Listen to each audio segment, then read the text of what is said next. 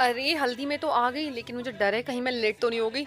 सब डांस कर रहे हैं, खाना खा रहे हैं। सबसे पहले मैं डांस करूंगी, बाद में खाना खाऊंगी, ताकि खाना डाइजेस्ट हो जाए। लेकिन हल्दी वाले के पास तो बहुत भीड़ हो गई है, देखती हूँ हल्दी लगी नहीं लगी। अरे ये मैं क्या देख रही हूँ, दूल्हा तो हल्दी से पूरा रंग बिरंगा हो रखा है।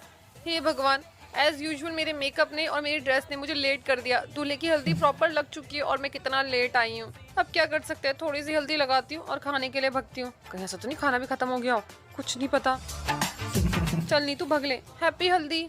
अब खाना ही खाती हूँ, खाना वरना खाना डांस था करके खाना। घर जाना पड़ेगा। और क्या।